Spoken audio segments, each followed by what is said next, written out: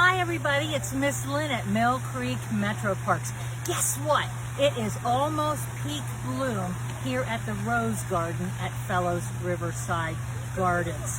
The rose has always been a favorite of many people, and it's the ultimate symbol of love.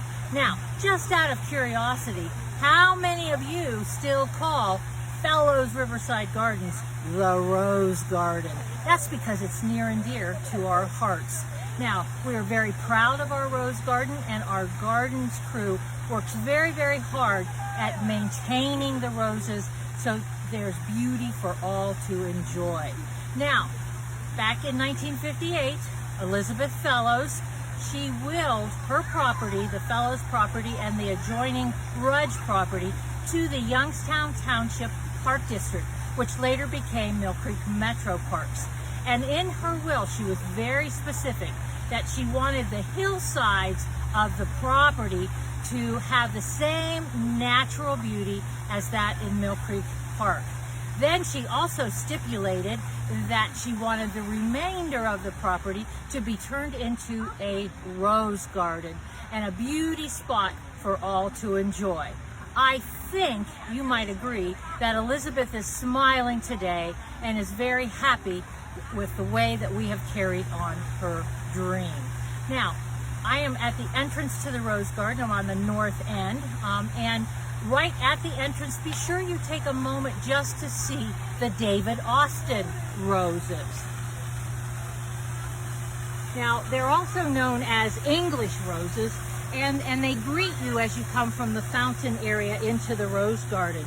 Now, these roses have been around since 1961, when David Austin decided he wanted to create a new class of roses that had the classical look of old garden roses and the hardiness of the new roses.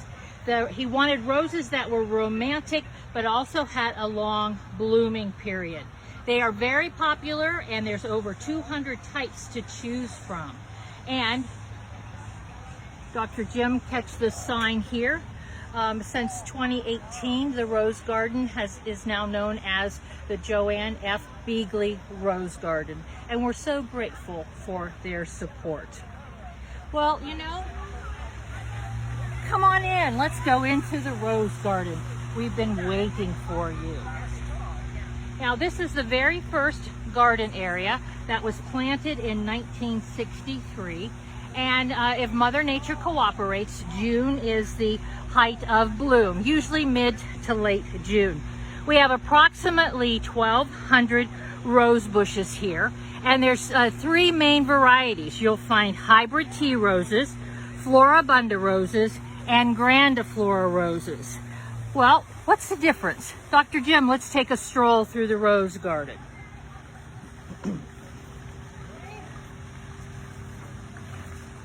Now, over here on our right-hand side, look at this beautiful color.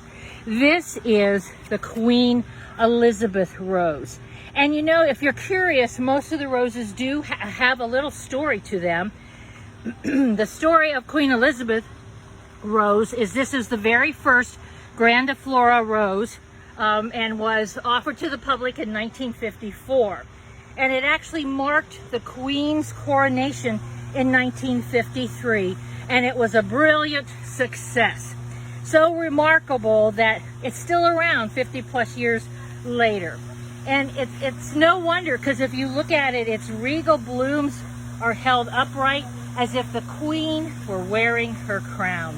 The whole Grandiflora bush looks royal. It was inducted into the Rose Hall of Fame, who knew there was one, in 1979.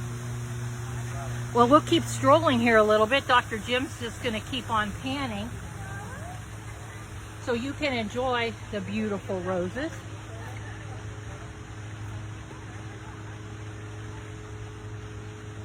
Next, we have an example of, oh, right here, Dr. Jim, these are just beautiful, of a hybrid tea rose. This is Love and Peace. And the hybrid teas, beautiful as they are, be aware that they are very high maintenance. Now, the very first hybrid tea rose was introduced back in 1867 and it was called La France. Now they're not very hardy, but they do produce incredible blooms in an array of colors. And some even have very, very beautiful scents. So the hybrid tea roses.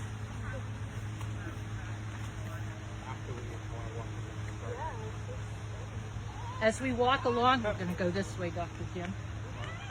But you'll see a variety of different colors, the variety of different types of roses.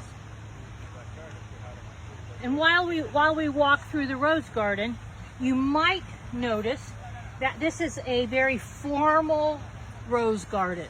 We have the boxwoods in between, kind of marking off the rooms of the rose garden. And then it's all surrounded by the taxus or the yew, so it's all enclosed. A lot of times we have children ask, we want to go through the maze. We want to go through the maze. Here we have a beautiful, beautiful yellow rose, and this is another Floribunda, and it is called Julia Child. Now, doesn't it look like creamy butter? These Floribunda flowers are shrub roses with upright branching. The blooms tend to be a little smaller, but they flower in such abundance. They are easy to care for, disease resistant, which is important, and they're hardy against our Ohio weather. They are very long blooming from spring almost through fall. Now, part of the maintenance that we do here in the rose garden, you know, we had a rain yesterday, so you're seeing petals on the soil. Well, those will all be picked up. That's part of what our gardens crew does.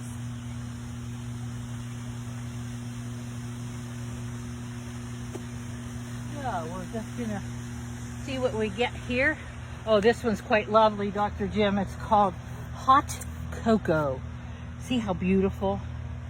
How beautiful. Now, right behind us, Dr. Jim, over here is a Grandiflora Rose.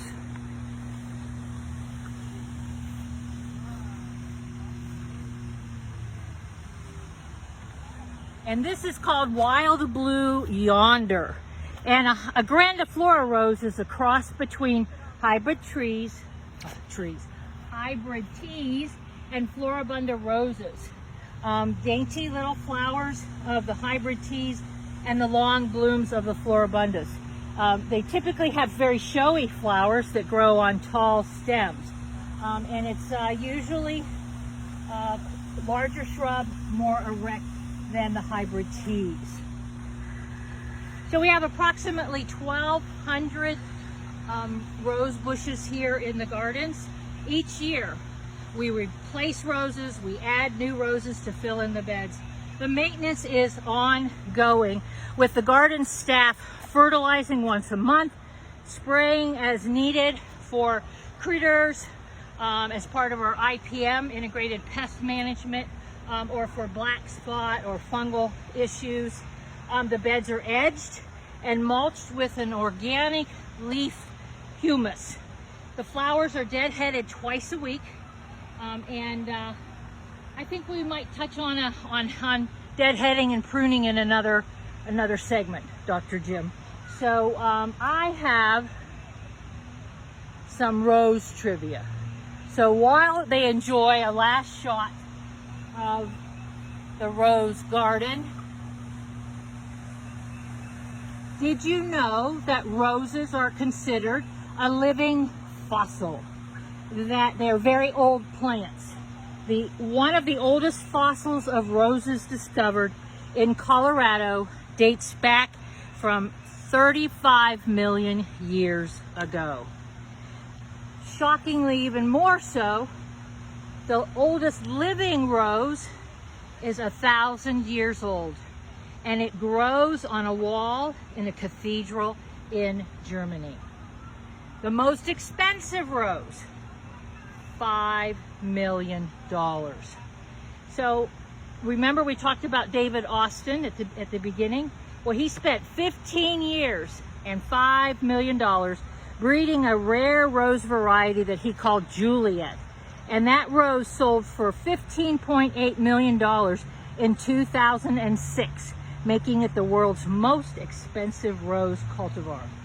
Did you know that our national flower is the rose? In 1986, President Ronald Reagan declared the rose the national flower emblem of the USA, and he even did so while standing in the famous White House Rose Garden. Now, when you visit here at Fellows Riverside Gardens, don't forget to go over to the gazebo. We have some perpetual roses there, some old-fashioned roses, and you'll be sure to catch the fragrance as you sit in the gazebo and enjoy the view. Well, we hope you enjoyed learning a little bit about the rose garden here at Fellows Riverside Gardens. Be sure and put it on your to-do list to get down and visit the rose garden and enjoy the beautiful blooms for all. Thank you, Elizabeth. Bye, everybody. See you later.